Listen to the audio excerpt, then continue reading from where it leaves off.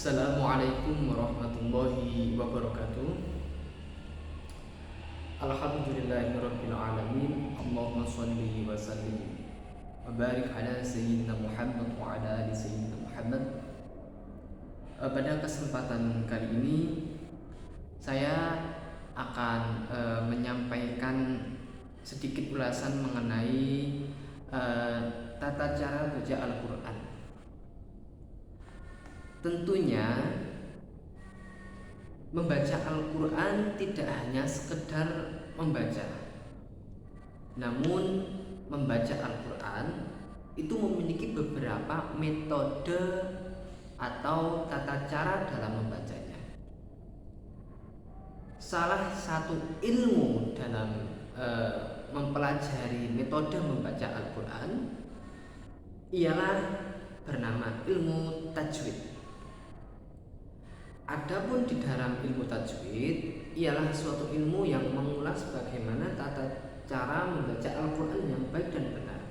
Sebab di dalam membaca Al-Quran ada beberapa bacaan yang harus mendengung, dibaca jelas, memantul, dan yang lain sebagainya. Nah, dari beberapa bacaan tersebut, di antaranya yang sering kita mendengar yaitu 1. Idhar, 2. Idgham bi gunnah, 3. Idgham bila gunnah, 4. Ikhfa, 5. Iqlab. Nah, langsung saja kita menuju kepada hukum tajwid. Yang pertama ada idhar.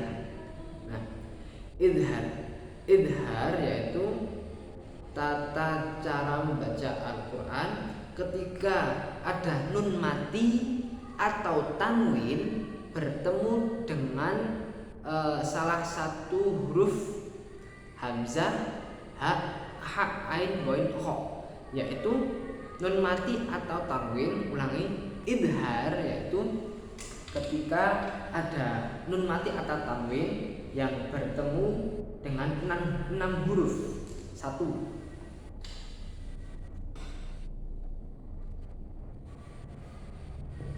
Ada hamzah, yang selanjutnya itu ha.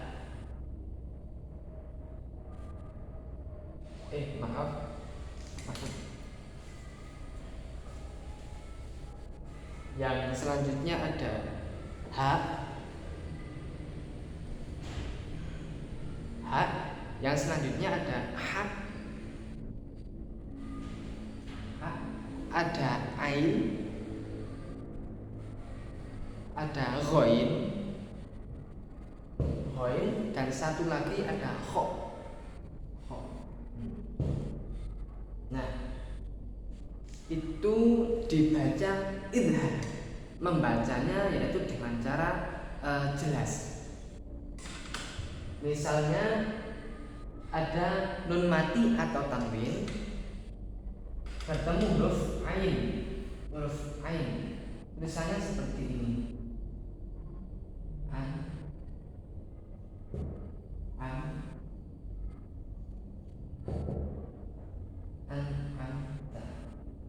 Maksud kami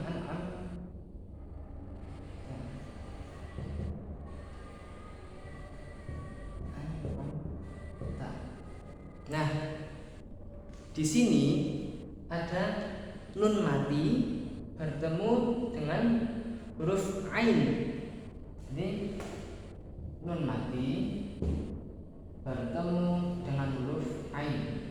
Di sini pada bacaan idhar itu ketika ada nun mati bertemu dengan huruf ain, maka dibaca jelas. Bunyinya ain, bunyinya jadi anta, bukan anta, bukan, itu salah. Yang benar adalah amta, tidak boleh dibaca mendengung tidak boleh. Ini adalah idhar. Yang kedua ada pula idgham bi gunnah. Idgham bi gunnah yaitu ketika ada nun mati atau tanwin ketemu dengan 4 huruf. Di antaranya yaitu ada ya, nun, mim, dan waw. Nah, yang atas kita hapus saja. Ini kita hapus sebentar ya. Hapus.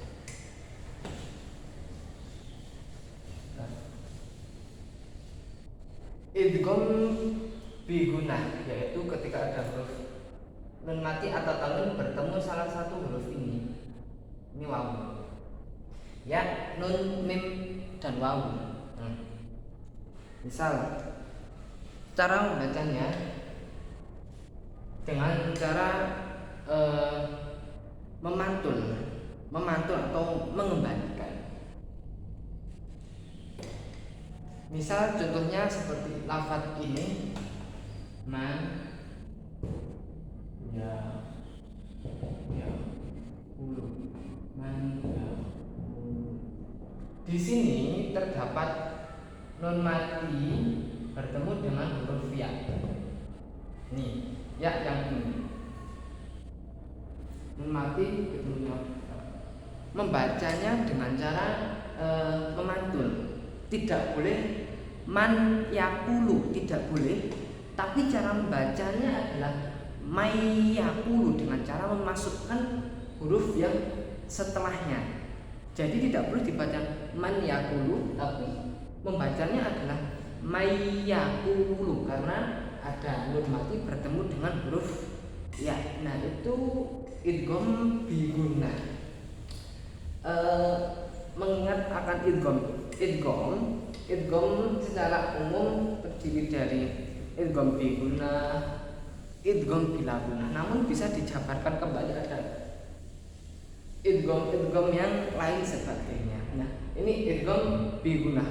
Kemudian ada pula idgham yang lain seperti idgham mutaqaribain, idgham mutajanisen, dan idgham yang lainnya. Namun secara umum idgham saya contohkan seperti ini. Untuk yang selanjutnya ada yang dinamakan idgham bila gunnah.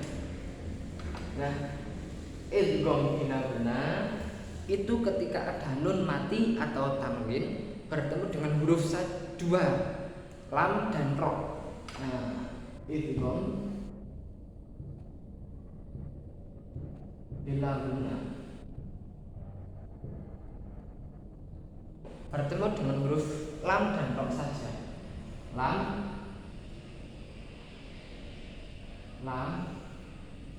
dan ro. Nah, hanya bertemu dengan dua huruf yaitu lam dan ro.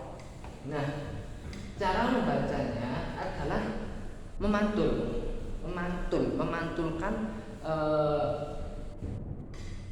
bunyi yang sudah dibacanya. Misal ada lafaz min rabbihim,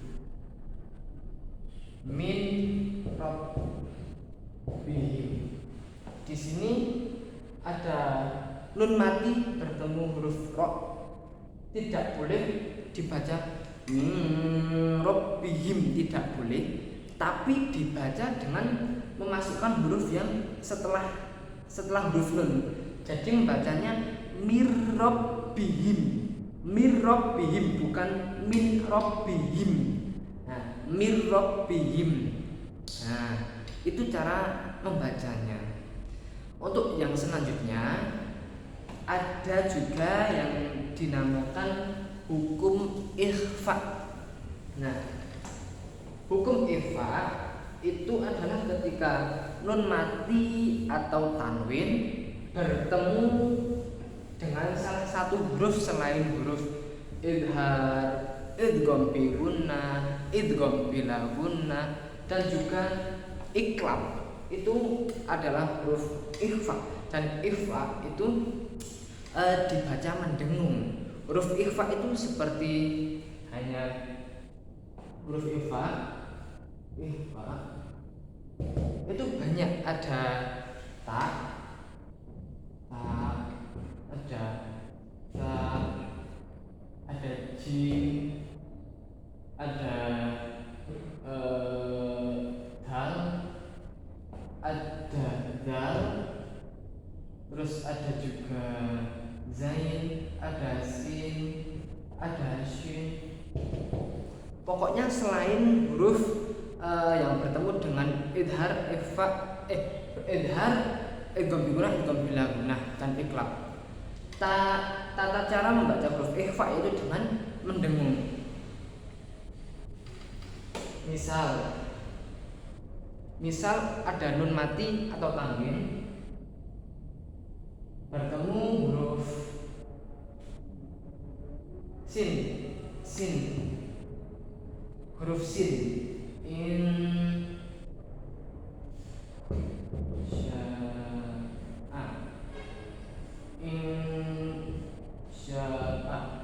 di sini ada nun mati bertemu dengan huruf sin, tidak boleh dibaca insya'a, tapi membacanya mendengung menjadi insya'a.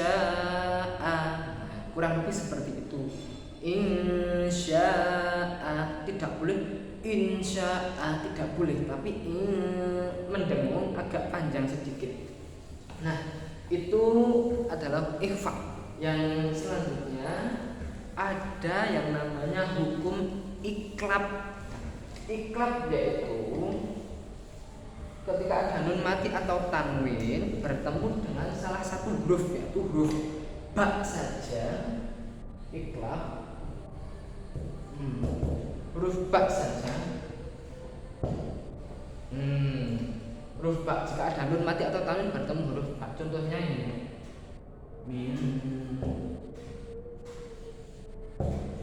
misal mim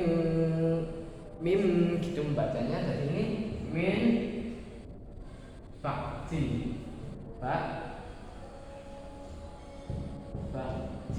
di sini ada nun mati